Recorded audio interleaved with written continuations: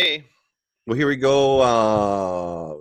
Dealer webinar, May 31st, 2019. I think it's a pretty important webinar. We are going into our selling season after seeding's been completed here. And that's really where I'm looking to focus on the next 3, 4, 5, 6 months is really this sales sprint into fall. We have our early order program coming out today. We'll talk about that. I'm going to share some slides with you guys. I'm going to inform you about what's happening here in the hashtag BuySellNation. But I also have a special guest with me today, Jason Beres, who's starting up a sales coaching company called Buzzy Sales Consulting Inc. And we're really excited to have you here today, Jason. How are things going? Thanks, Dan. I'm really good. I'm happy to be here. And you're coming to us live from Saskatoon. I am. And you're going to talk to us a little bit about sales and what you're doing and what you can offer the dealer network and all that good stuff. Yes, sir. After we get through a public service announcement. So yeah, if you guys have any questions or comments during the webinar, you can text me. You can also, I believe, chat right in the webinar platform. So can you see my screen there, Jason? Yes. Awesome. We're looking good. Okay, so that's a nice little meme I made up this morning. Another cool little meme. I really like this meme. Stick to the agenda or wing it. I really like winging it, but I do have some important things to talk to you guys about today. And we always like to start off with safety, you guys. But on safety, what I want to say today is I'm going to stop the share and go over here to Eberhard Ag Solutions. I just want to make sure I remind everybody, and we usually talk about it every webinar, but the fact is, if you go to our website here, I'm going to share this, and you go to Dealer Portal, it automatically logs me in because I've logged in previously. There is a veritable shit ton of all of our safety stuff here. So just a reminder, but you know what? We made it through another spring season, all good. Didn't have any issues out there, so that is awesome. So I'm going to reshare this that PowerPoint, bounce back here. I wanted to start on a high note, and I didn't put a slide in here for this, but I don't know if you guys saw.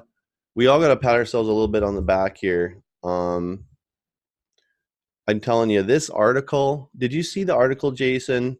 In the Grain News yesterday. In the Grain News.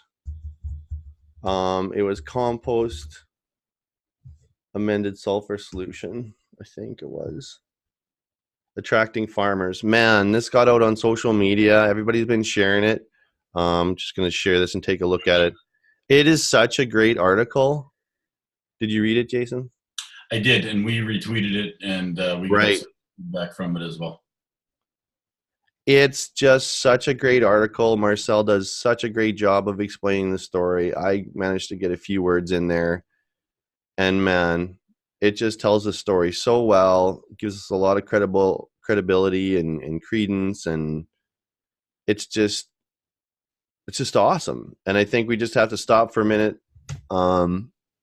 Take a look back in the rearview mirror. Take a look at where we are, 4 years in here.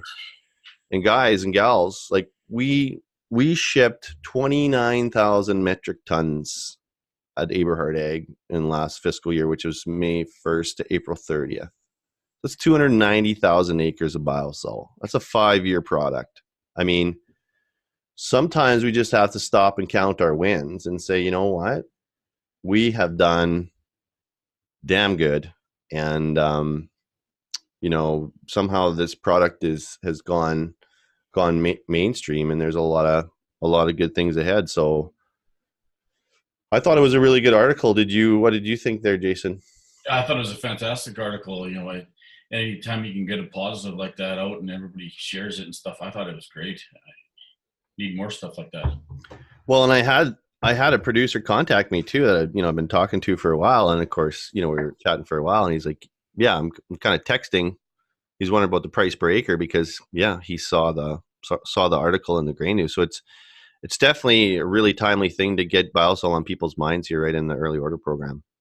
definitely isn't. Even though sometimes the conditions don't make guys think that far forward, uh, you can still make an argument for forward thinking with an article like that.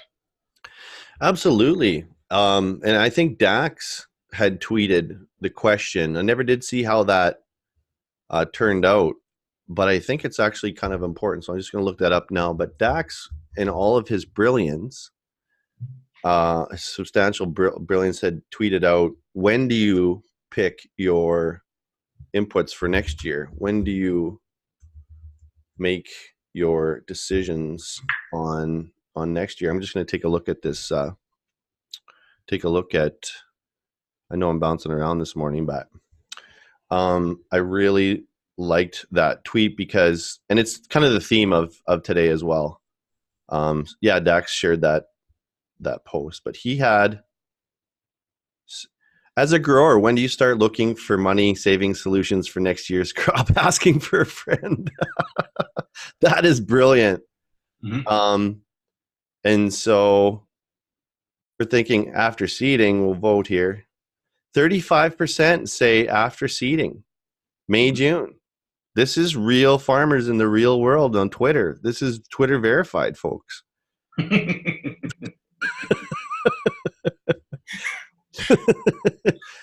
If this happens on Twitter, It's got to be real. It's got to be real. But Absolutely. This is a big deal.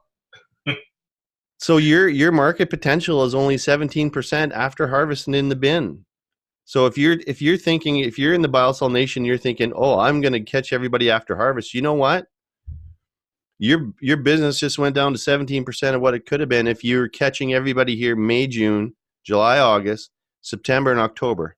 And my fundamental push, my fundamental ask, my fundamental focus, in the next 3 months is we need to make our lists, we need to prospect, and we need to contact all of those producers. And maybe they won't all pull the trigger, but we'll know what their sentiment is.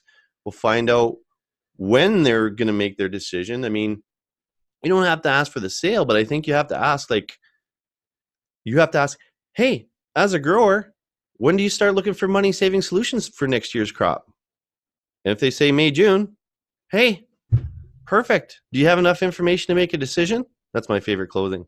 Do you have enough information to make a decision? Oh, you don't? Okay, well, then you carry on, give them some more information. If they do, you sign them up. I had a guy on email the other day basically commit to 1,500 acres because we were emailing back and forth, and I emailed him in my reply. I said, do you have enough information to make a decision? He said, yeah. Do you take credit card? I said, damn rights we do. So this is important to know. We're launching the June early order program today, and our pricing is awesome. I'm going to talk to you guys more about that. So I'm going to stop share, flip over to my slides again. But do you have any comments on timing and the sales cycle that we're going into here, Jason? That's the same thing, Dan, like what you were saying. I've been just riding with guys, just kind of finishing up seeding, and I was in the guy's sprayer there yesterday with him. And, we were talking about the exact same thing about, when do you forward buy, or when do you, look forward to it? And then, so we started talking about fall applied Biosol, and, he's ready to pull the trigger. Like that's when he's doing his budgeting is right now. And those guys that get all that window time, whether it be in a tractor or in a sprayer, and you're sitting there next to him, the big thing for me is relationship selling. And, relationships are the easiest to sell, in my opinion. And after that, after you have that conversation, it kind of just flowed, and he was sold on it as well. And they're going to do about 2,000 acres. That's awesome. That's awesome. Farm 17,000, so they're kind of just dipping their toes in, but at the same time, that's a pretty significant. No doubt, that's huge. Yeah, that's awesome. Yeah, you get farms on the program like that. You get 4 or 5 guys like that on the program. You got a good little business humming. So here is the pricing for the fall. And in June, we're at $275 delivered in Saskatchewan, and it goes up $5 a month. We're not changing anything. Don't necessarily think it's time to be doing anything like that. And I think with the climate that we're in, I think it's important to tell producers we kept our pricing the same. We're not adding anything for any reason, and we're one of the only macro fertilizers. I mean, maybe Alpine would fit into this category as well. But bottom line is you know the price 6 months in advance, and make sure you get this price into all your potential prospects in your pipeline. Get it into their hands. And you can text this. We've got this in a form that's highly textable. Very easy to do. Make sure that we get around to everybody. And they might not pull the trigger, but you're really setting the stage for the fall. And as far as our payment terms go, it's the 40% down. We simplified it last month, 60% upon delivery. But I also would say we want to work with producers this year that got crops sitting in the bin. And if down payment is a constraint, let's talk about it. Let's not lose a sale because we didn't have that conversation. And we do have FCC and Scotiabank, and I am thinking about deploying those tools in different capacities later on in the year in terms of doing some interest free and stuff like that. I think cash flow is going to be a big deal for farmers this year. So I don't know. I think in general we could agree in the industry, Jason, we're going to see a lot of producers looking for cash flow options, financing, interest free, all that good stuff. Hey. That's always a big thing, especially, with the canola issue that we have happening right now where guys are maybe short of a bit of cash. But, when you have a option like that, I think more than regular guys are ready to take advantage of some of that stuff in order to save. So, if you save yourself $15 a ton, I mean, why wouldn't you? Yeah. And I just don't want to have cash flow become an issue. And if we just need to always agree with producers when it comes to financing opportunities and make that happen. So another thing I want to share with you guys is that we had some comments on social media regarding soil tests versus tissue tests, and so opportunities and challenges are structured exactly the same way. So this challenge we had on social media about an individual saying, well, I'm in my third year with Biosol, and the soil tests are showing that I need sulfur. Well, I guess for us in the elemental sulfur business, we understand very clearly that elemental sulfur does not show up on soil tests until it amortizes into the sulfate form. And furthermore, sulfate is highly variable in soil tests, and soil tests are not a great measure for a whole bunch of reasons. And I had a great conversation with Elston, and I've carved it down to about 20 minutes, the whole thing. And I've clipped out a bunch of highlights we're probably going to share on social media in an educational capacity.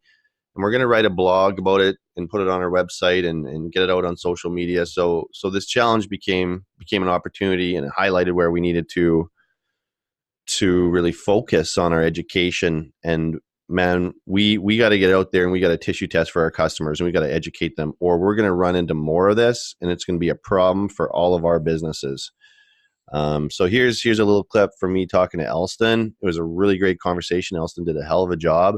It's some really great content. And we're going to share this. I trust is going to help us slice and dice this. I'll make this available as an educational piece on the dealer portal. But I think, especially for our dealer network, this is an important listen to get super educated on the differences that we have to train our customers on soil tests versus tissue tests, or we're going to run into more issues in the marketplace. Number one, sulfur is the most variable nutrient across a field. It can vary by up to thousands of percent. Number two, plant available sulfur. Sulfate sulfur is extremely mobile, which means it can move up, it can move down, it can move sideways, which is why it's extremely variable across fields.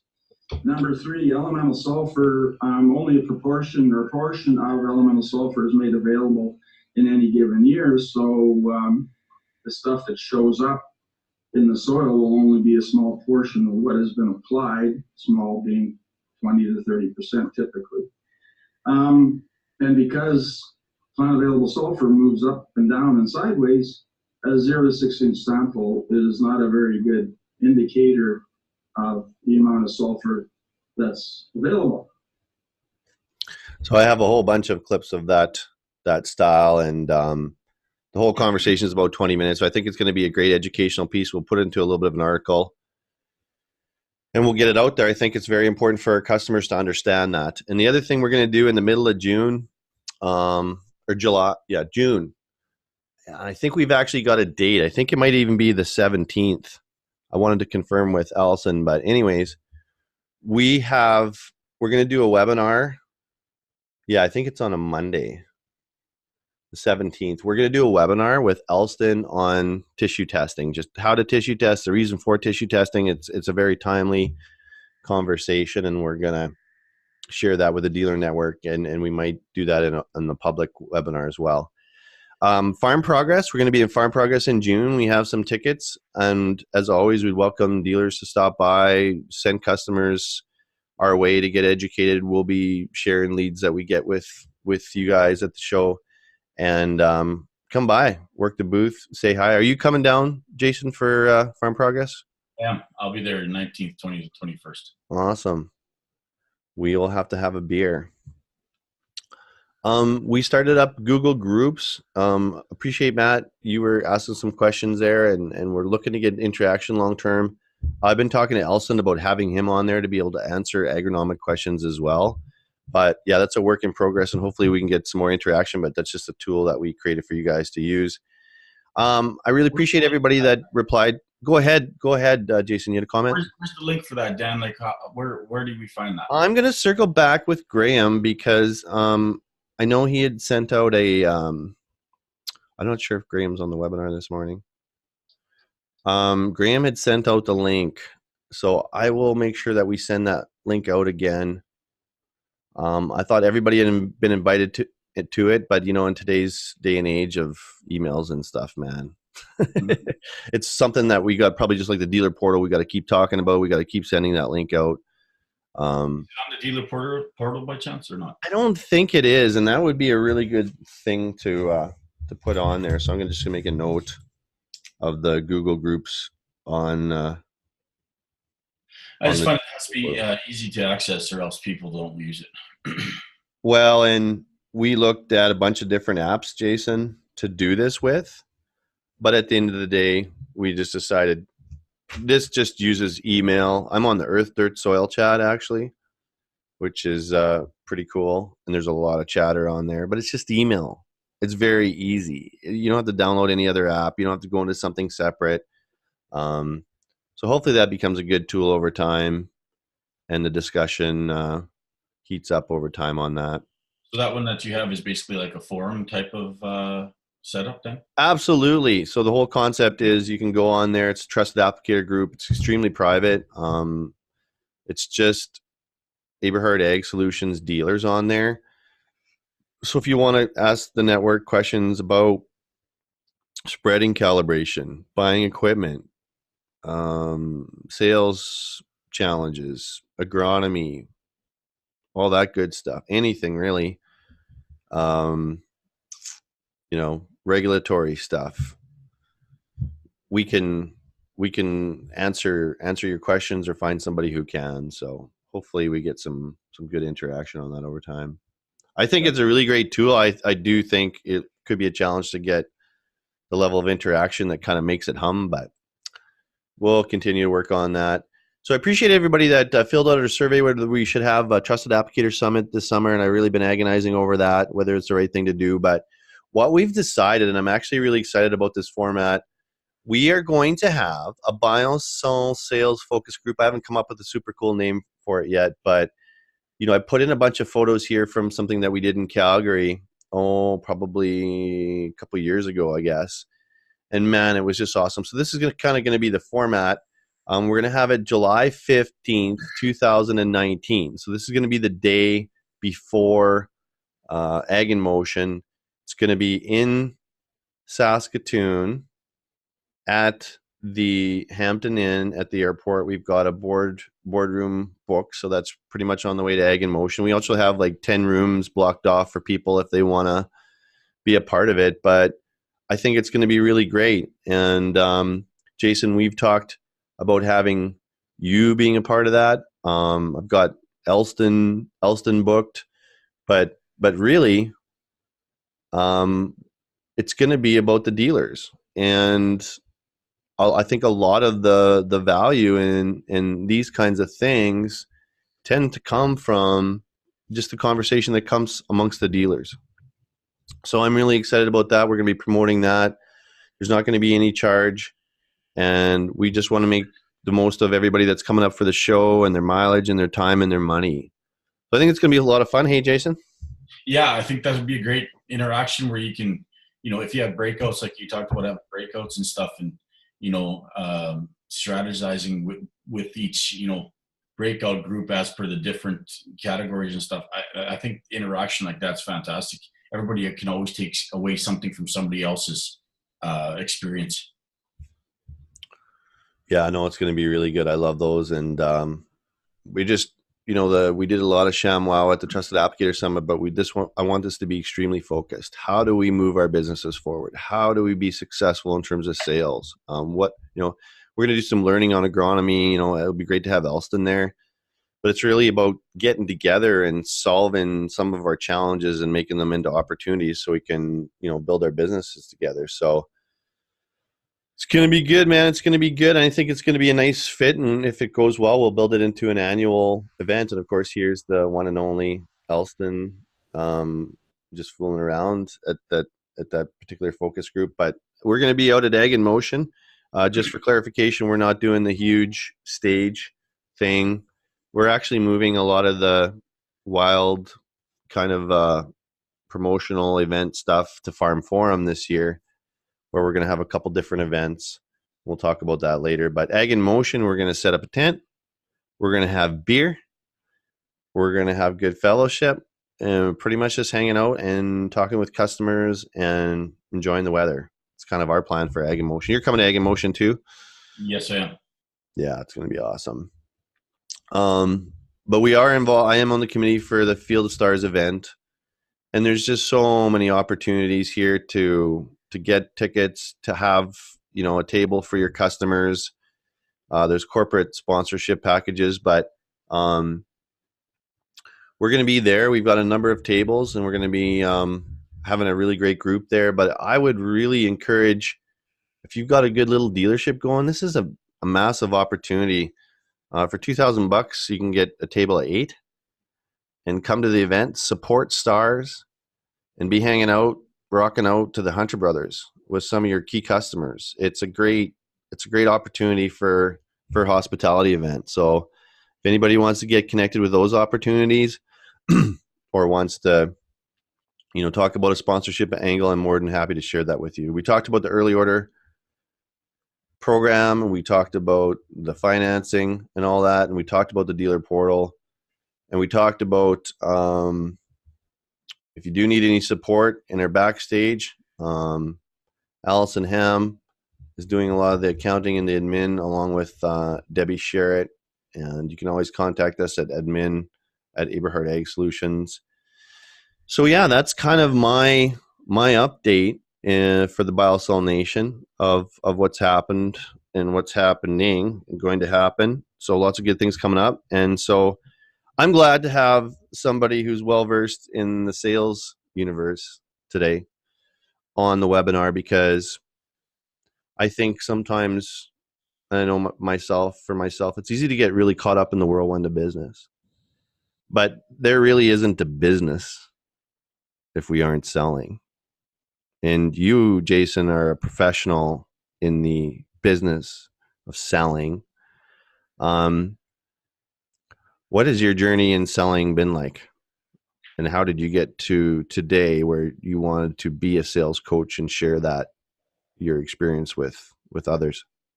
Sales isn't easy. If it was easy, everybody would do it. That's all there is to it. So, there's some rocky roads. There's some days when you're like, well, why don't I just get a government job and have a pension behind me and, work at my 8 to 5 and just be happy with that. But to be in sales, you have to be self-motivated. You have to be wanting to make money. You have to wanting to, provide customer service. You have to be wanting to do all that stuff. And It's not easy some days. That's the truth. But that being said, the more positive you can keep yourself, the more relationships that you can build, the faster your business will grow, and the better off you'll get. Practicing every day as to what you're selling makes you an absolute professional. And so I don't care whether you're selling nail clippers or yachts. As long as you do your due diligence every day, do your practice, preparation. After that, it just kind of, flies off the sleeve after that. So is that the number one thing that you find is a difference for people between being successful and not successful is practice and preparation? Or what do you think is the most fundamental thing for people that want to be successful in sales? Knowing your customer is key. Preparation, like having some sort of game plan going in instead of, after a while you can wing it. I get it. But if you can be prepared with talking points and or, handling objections, you're better off than the next guy. Especially if you can set yourself apart from other people in the industry or other companies in the industry and become a peer to that prospect or existing customer. If you can become a peer instead of just a salesperson in their eye, you got the tiger by the tail. Do you think there's a stigma that exists around selling and being a salesperson that sometimes holds us back? Definitely there is, 100%. Some people in the industry, and I'm not just going to say the egg industry, in any industry, are greasy, let's face it. And those people kind of give us a bad rap some days. I don't ever focus on those people, and those people, would never bring me down to their level. So, you have to do it with honor. You have to do it with, some sort of pedestal that you have to step yourself up on and say, I'm not going to be that guy. This is what I can do for you, though, Mr. Customer, and you are who I'm going to focus on. After they, get that, after they can, relate to you, it just seems to me that, you're the go-to guy after that. And I don't know, it just the new way of selling as well versus the old way where they used to have like just a bottle of whiskey and a pack of cigarettes. Well, that doesn't work anymore. We all know that, and people don't have time for that either. So yeah, time is very, very valuable, and if you can prove to them that their time is as valuable as your time with them, I find the relationship building after that is takes off. It's probably good because smoking and drinking your way to sales success is a bloody hard way to make a living. Trust me. And that's the way they used to do it. I know.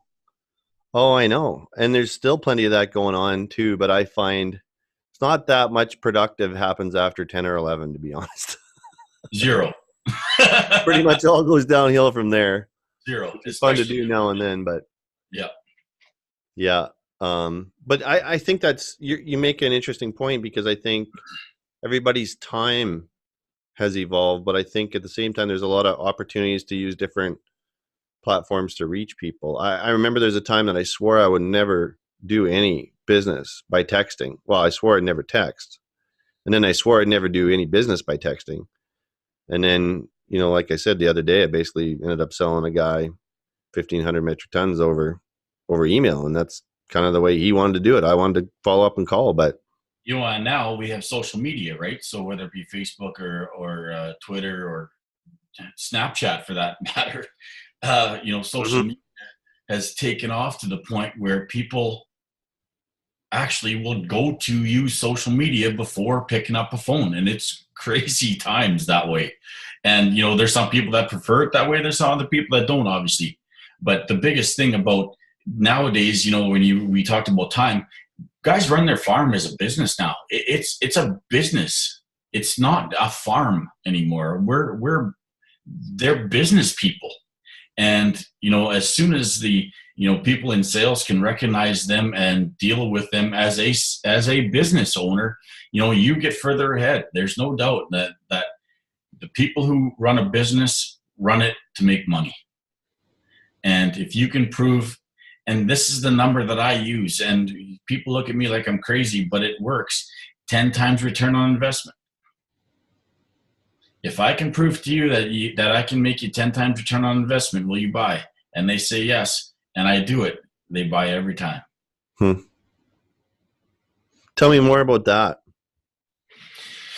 So when you break down anything, what you're selling to them, whether you can break it down by the acre, whether you can break it down by the bushel, whether you can break it down by however you want to break it down yourself, and you can prove to them that if you put in X and you get 10, they will buy every time. So how do you find that you've done some selling at BioSol and you sold a lot of different things, I imagine, over your career? Yeah. Like myself, I mean, but probably, lion's share was John Deere, which was a very interesting beast. But do you find BioSol has its own set of challenges and opportunities, or is it 80% of it that counts, just like everything else? It has its challenges and opportunities. You hit the nail on the head. There's some people that don't understand elemental sulfur, and there's some people, for some reason, back in the day, kind of got a bad feeling about elemental sulfur. So whether that was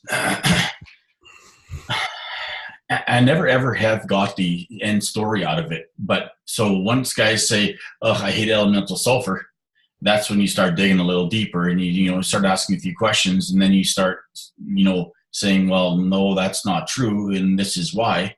And while that's not true, this is why, and you keep going down the list to the end where they say, "Oh, well, I guess maybe I was wrong," and that's when you said it yourself. Well, do you have enough information now to make a structured idea or a structured plan? And they're like, well, yeah, it makes sense now, right? The initial investment is up front, and we all know that. That being said, any guy who understands the initial investment and a 10 times return is always going to put the money up front, no matter what product it is. So are you able to quantify that 10 times return onto the BioSol? 100% easy. So tell me more about that. It's more like 20 to 25%. No, it really is. All right, things are heating up here. Only because, Dan, if we use the 19 cents per pound, okay? Yeah. Versus, some of the stuff that some of those guys are using out there, especially liquid, like 50, 60 cents a pound, 70 cents at times. Mm-hmm. And then you show it back as even if you use 3 bushels an acre, which is nowadays can be the difference between a shower and not.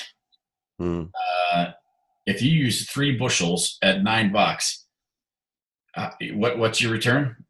It's exponential. And so when guys see it that way, they're like, that kind of makes sense. Yeah, even 4 bushels in wheat, which, is, you could make an argument, in terms of yield is maybe just as likely or more likely than canola. I have that conversation with every guy that I've talked to, that every crop uses sulfur, not just canola, because they're just thinking, well, I'm just putting sulfur down now for my canola, so why do I have to put it down now and only use it twice in 5 years? Well, you're not using it twice in 5 years, you're using it 5 times in 5 years, and every crop's going to use it. So whether you want to do your own comparison as per, and this is the one guy yesterday that he's going to do a comparison, the guy that committed to 2,000 acres, or I'm as close to signing that as possible. He's going to test his liquid out on the very next field. Cool. So I said to him, I said, if you want any sort of on-farm test, you have to do it yourself. We have to do it in your own backyard. And he says, you know what? I'm going to. Let's do this. I'm excited to see it. So we're going to do tissue tests. He's going to be on the full program here. And yeah, he'll definitely see the difference in it. That's awesome. Well, and if you think about the multiplying effect of having a good producer that's running a 17,000 acre farm in the area, a lot of people would be watching that, eh? 100%. They're not the type of guys though that throw it in anybody's face around there. No. They're pretty quiet. 17,000 acres. I'll put it to you that way. All the better. All the better. Yeah. Because nobody in the farming community, especially within a 15-mile radius, likes a braggart. 100%. It's a big deal. It's a big deal. Yeah. Yeah. Yeah, I really liked them when I was out there for the field day the other day. That's the fellas that were out for the field day, right? Send him in a jacket, eh? I think we're jackets. Yeah, Allison. He just seemed to be really interested. And he was really wearing that hat that he had from Eberhard Egg with a lot of pride. So hopefully that'll have a lot of value. You see how young he is, right? Like, Oh, I know, yeah. That's a big thing that he kind of took over the conversation with the older guys at the farm and said, you know what, this is the way to move. This is the way that, I get it. We used to do things this way. Well, that was yesterday. Let's move forward and try something different and save some time here. Like, let's save some time and or money. And so if they have to come back with, their sprayer and put sulfur down later, he doesn't see the value in that anymore if you can get enough sulfur out of biosalt. So. Absolutely. Well, we got to recognize how much we're asking people to change. And I know sometimes when I get attached to a certain thing I'm doing, it's very hard to change. So we've got to be cognizant of that. What do you think holds most people back from really the potential that's out there as a salesperson? Because if you can sell in this world, if you can really sell consistently and build on that, you will make more money in your business and your life than almost anybody doing anything. The first thing I would tell to the young sales guy coming into any industry is do not make a to-do list. Do an objective list. Objective. Absolutely. So if you want to make an objective list and all you need is 2 or 3 a week. True story. All you need is 2 or 3 solid objectives, not a to-do list. To-do lists are useless waste of time. Objective lists are something of value, something that will actually put money in your jeans. So if your objective list today is to be a better closer, then do that today. Apply it tomorrow. If your objective today is to make more calls, make more prospecting, whatever it is, do that today. But don't make a to-do list of saying, well, I got to call Dan, I got to call Larry, and I got to call Sam. That makes no sense to me. You actually have a set objective list that you're going to target an audience, do it. And you're way better ahead.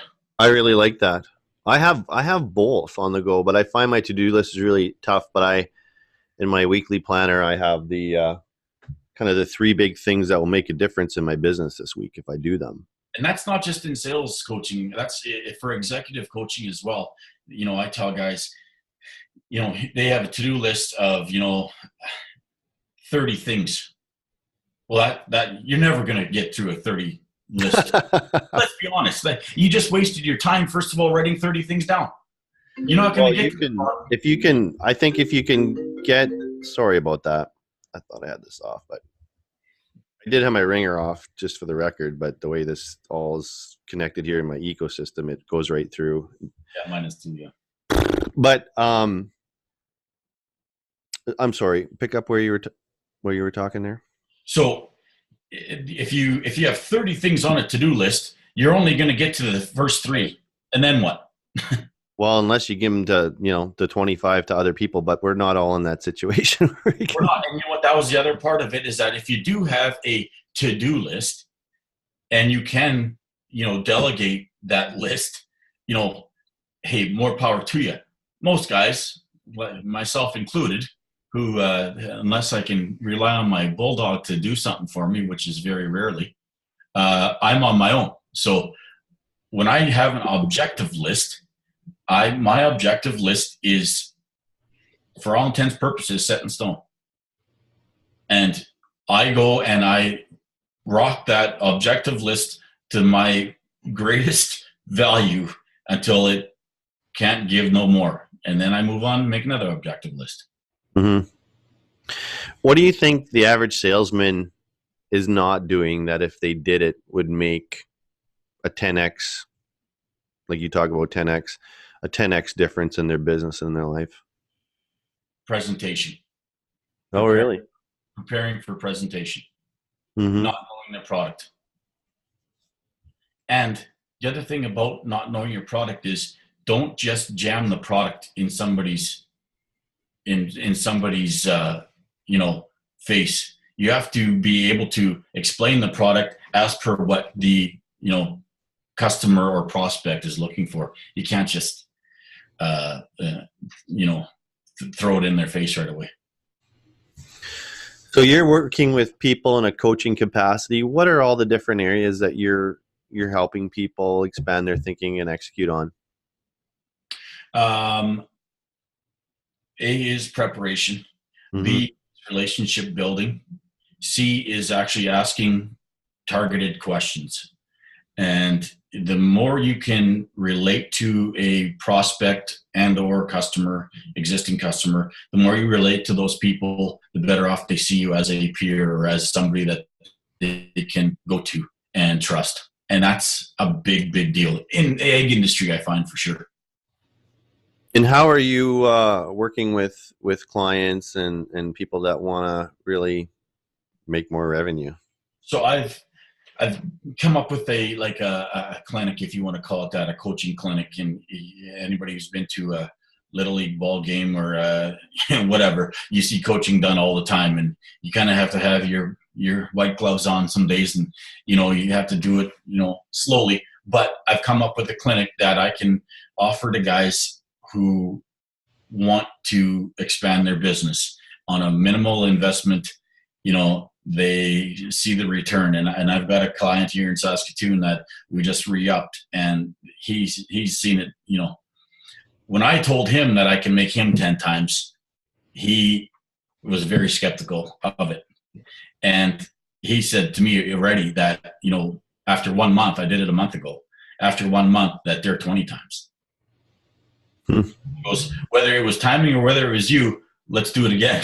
Right. So, so maybe I got lucky, but that being said, I don't see myself that I got lucky that what they use. And I've had one-on-ones with their sales guys, and they've gone out and, put it to use instead of what they used to do. And it's proven it works. Awesome. What's been the biggest reward being in the sales game and helping other people get good at their game? Believe it or not, a thank you goes a long way. So, for me to hear a thank you, that's all I need myself. But, right. Obviously as a salesperson, you shouldn't have to worry about the day-to-day business going on behind you. As a salesperson, you should be able to get up in the morning, make your prospect list or what your objective list is going to be for the day, and go make money. That's as a salesperson, that's what you should be, worried about. Well,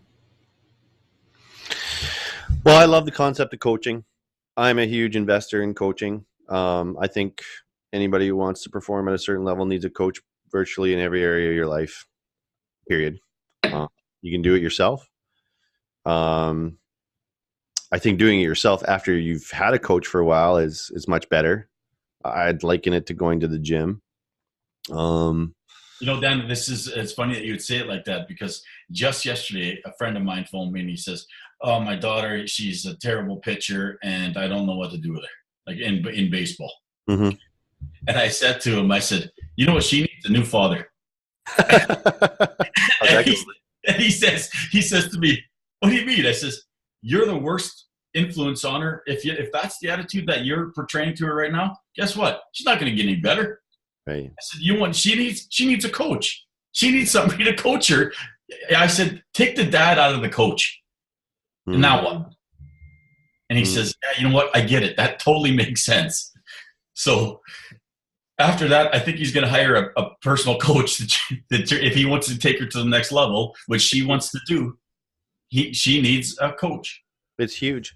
And even you can be at the point where you might know the fundamentals of how to do what you need to do at the gym, for example, or in sales. But then the question is, are you doing those reps? You know, 100%. you need to prospect. You know that you need to get your pipeline full. And You you know need. what? There's some salespeople that actually can do it. They can do it on their own. Oh, And absolutely. I applaud those people. But it's no different than, like you said, going to the gym. Why do you think the gym has trainers? Yeah. Because people need somebody to snap the whip and say, get your ass in gear. Yeah, I think it's two elements. I think first is sort of getting the educational foundational part down, and then the second is just showing up. Like if you have an appointment, if you're committed to somebody, if they're going to hold you accountable, um, 80% of success is showing up. Woody Allen said that, I think, and either Woody Allen or Woody Harrelson. It's kind of similar guys, I but hope Woody Harrelson, because Woody Allen's gross, but whatever. I know, but he did say a good quote there, and it does make a lot of sense. That's how I look at going to the gym or sales or whatever. 80% of success is showing up. But the other thing is, there's in sales, there's a small portion of the things that you do. Like there's a lot of things running up to it, but the close, I mean, it's only that 5, 10, 20% of the interaction. And that's, you got to do those last couple reps. You got to do the close to get the sale, to You make had them a customer. only 5% of the salespeople ask for the sale. Well, what are you there for then? You're there just to look pretty? Ask for the sale. If you're there to make a sale, ask for the sale. And you made a good point of it earlier. You asked the guy, well, if you have all the information, can we sign you up? That's asking for the sale. Well, and what I love about that is you can ask for that a quarter way through your presentation. You could say, 100%. do you have enough information now? Because, I mean, part of the challenge, I think, is a lot of people not being calibrated in sales. They'll just continue talking. And like some people might need that level of detail, like an encyclopedia level of detail. But a lot of people just, oh, I don't have to put any other sulfur on for 5 years, and it's less than 20 cents. It's half to a third of the price of other sulfur sources. And it does a bunch of cool things ergonomically. Okay, well, let's do that. You said the key word there, Dan, talking. If you want to use a conversation as 100%, the salesperson should only talk 15% of that 100%. The 85 is by the prospect or the customer. That's Right. If you want to guarantee yourself a chance of getting a sale, talk 15% or less. Otherwise, you talk yourself out of the sale a lot of the times, or you talk yourself over the sale. Does this work in dating too? Is that a...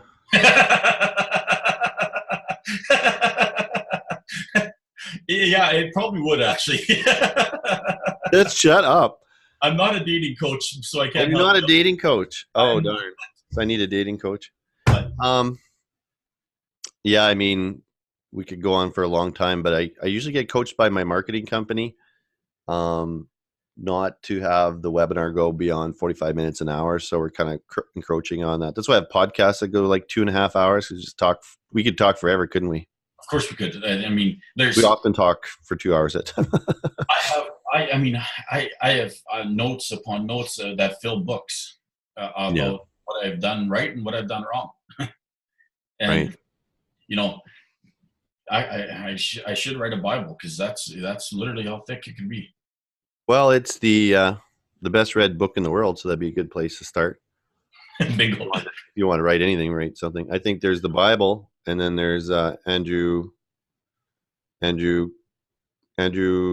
Carnegie's Shaking Hands and Kissing Babies.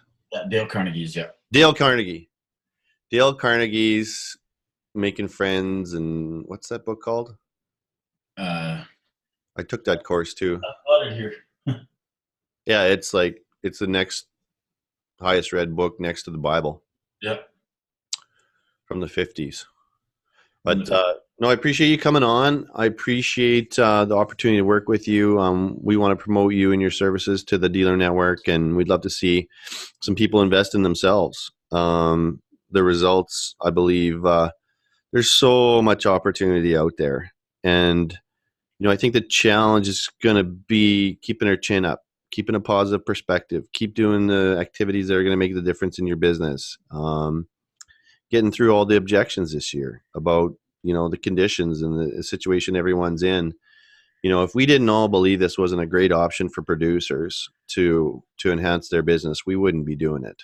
I myself, especially in the egg industry, I told you this before, I completely avoid the weather conversation. That's the most negative rabbit hole that you can dive down, and it just spirals out of control. But how do you avoid that then? If you give any a tip here. So if you phone me today and you said, so how's the weather in Saskatoon? I'll say fantastic. So I know it's the worst conversation. Like it is. It's no use making it any more than what the guy, it just spirals the wrong way every time. And I just avoid it like the plague. And I always have, and it's done me well, because the more positive you can keep the conversation going right from the get-go, it just keeps getting better and better and better. Yeah, and if you're not going to be on a positive trend or a positive beeline with the customer, you might as well just lost the battle already. You might as well go into therapy, not sales. 100%. And I'm not sure how many salespeople are psychologists, but you don't have to be. You shouldn't have to be. Well, and it's really interesting because Jeff was in my office yesterday, and he's like, "You know what the number one thing is in sales?" And I was like, "I don't know." It's kind of the end of the day. I was like, didn't have any more. He's like, agreement. And I was laughing because, that's in the Grant Cardone training, agreement. So you don't have to disagree that it's dry or that there's challenges. You can say, absolutely. Now, let's talk about Biosol, because it's a great opportunity to help your business. 100%. You can acknowledge it and move on, because you ain't going to get there from disagreeing with the customer that it's dry or there's problems, but you can acknowledge and move on just like that. 100%. Just like you did. Exactly. Are you a trained professional salesperson? Because I feel like it. I've maybe done it once or twice. Yeah. Well, and I really believe that you can help people out there. And I mean, if you can build your business, I mean, the possibilities are endless. You can make a lot of money being a salesperson or a dealer of a product like Biosol. So it's my hope that everybody would get that help and support and make sales enjoyable and fun and easy and simple. I mean, you can wake up Monday morning and be overwhelmed by how to approach the challenge of getting out there and seeing all your customers, or you can have someone helping you, keeping you accountable, clearing the path, letting you know what to do, and it has a lot of value in terms of mental health. Or you can stand in front of on Monday morning and stand in front of the mirror after you get out of the shower and say, "You're fantastic. You're the best person ever. Go out there and get it." And that's what I do. And when I tell people that, they look at me like, "You're weird." Yeah, that's crazy. And I said, "Go ahead, try it. Try it tomorrow. Tell me what it does to you. Tell me what it makes your mind think after that." And it works. It really does. It really works. Honestly, that's what I love about sales, and sometimes what I don't like about agriculture. If you're in sales, you are forced to have a positive mental outlook.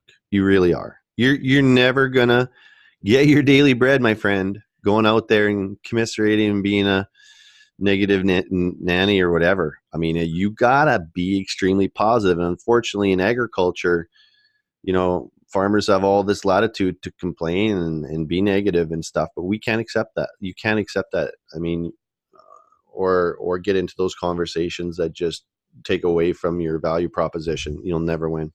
The other big thing is, you have to kind of know your marketplace. And, most salespeople who are in the egg industry know the marketplace. And what I mean by the marketplace is, the stuff that's going on behind the scenes right now with China and commodities moving and prices and stuff like that. You should know what your marketplace is and or what the challenges are. That way you can speak to the challenges of the guy, the producer, the prospect that you're sitting across the table from, and have a intellectual conversation about it, and then fight that challenge with the guy and show that you're on his side. And it goes a long way for you to show that you're interested in his business. Well, hey, we all feel it too. I mean, we're feeling this China thing. We're feeling this dryness thing. I still really believe that Biosol is a big opportunity for guys in their businesses. And that's why we're going to go out and our goal is 32,000 metric tons this year delivered from 29 last year. So that's what we're driving towards. And that's what we want to help each and every individual in the in the network, in the network succeed Biosol, at. for an example, there's some really key talking points to Biosol. About the once in a 5-year thing is a big thing. The net cost of it at the end of it, at 19 cents or 20 cents or 25 cents for that matter, if you want to use that, go ahead. With application, there's some really key talking points with Biosol that are above and beyond any other product that's out there. And so, when you actually get those, down, and when you actually make a little cheat sheet for yourself, the conversation's easy. Yeah, I think Biosol is really unique that way. I think it's a privilege and honor to sell it. Sustainability, when you say the word sustainability to any farmer, they recognize the word sustainability. There's no doubt. Mm-hmm. Yep. Yeah, I was really proud when that article came out in the Grain News, like I say. That's do your business well. There's no doubt. Oh, man. Pretty proud that we were at that point 100%. to be acknowledged like that. And good for you. Good for you. Yeah, it was a huge win. So it's a win for all of us. So I'm really proud of. I mean, can you imagine what it takes, all the people it takes to move 1 million acres of product like that over 4 years? It's incredible. Definitely. Job well done, Jason. I really appreciate what you're doing. Pretty excited to be partnering with you, and hopefully we can be a part of your success going forward, because I think coaching is the way of the future. I think that more and more people are going to be investing in coaching to enhance their business. And it's really exciting what you can do when you get the right people in place to help you succeed in areas where there's so much potential. So, yeah, excited to introduce you to the network, and covered a lot of good points today. And we'll be talking more about sales at the focus group there before Ag in Motion. And if there's anybody who's still left on who wants to have a conversation, feel free to give me a call anytime. I'll gladly have the conversation with you. Absolutely. Appreciate it. Thanks everybody for your time today. I know time is super precious, so we're going to wind this down right on the nose at 10 a.m. Manitoba time. We'll be talking. We'll be rocking and rolling here. We got to get this early order program going for fall in the Biosol Nation. Let's have a great sales cycle season going into the fall here. So thanks for coming on, Jason. Have yourself a great weekend. I appreciate it, man. You bet. You as well. Thanks. Okay, take care. You as well. Bye now.